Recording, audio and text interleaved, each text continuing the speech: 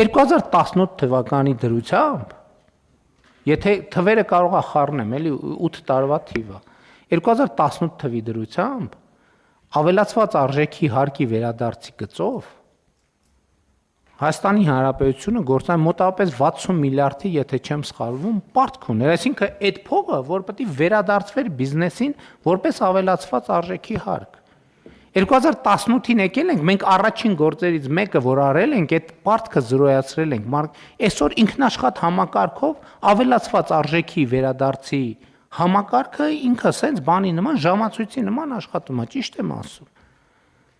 Այսինքն այս բաները արդեն սովորական բան է։ Այն ժամանակ ով հույս կունենար, որ իր ավելացել է, մեկը համարձակվեր մտքով անցներ, որ այդ հին պարտքերը պետք է վերադարձվեր։ Այ հարկային տերորը այդ ժամանակ կտենային։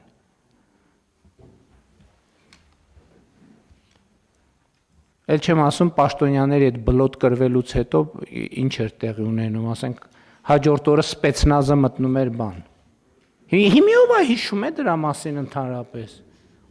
Ով է հիշում դրա մասին ընդհանրապես։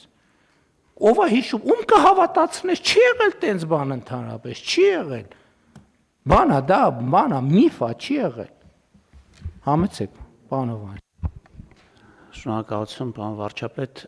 ուզում եմ հիշեցնել եւս մեկ բան, որը սովորական է դարձել մեր կյանքում, դա շահութահարկի դրույք հաչապն է։ Չկներեք, ոչ թե պաշտոնյային կրվելու, այլ կրելու համար։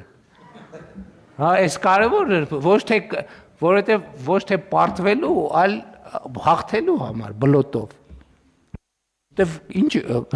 դուխ ունես, որ բլոտով, ասենք, ենթադրենք պետեկամուտների կոմիտեի նախարարին կամ ֆինանսների նախարարին բլոտով կրես, ձեռես առել դու ընդհանրապես։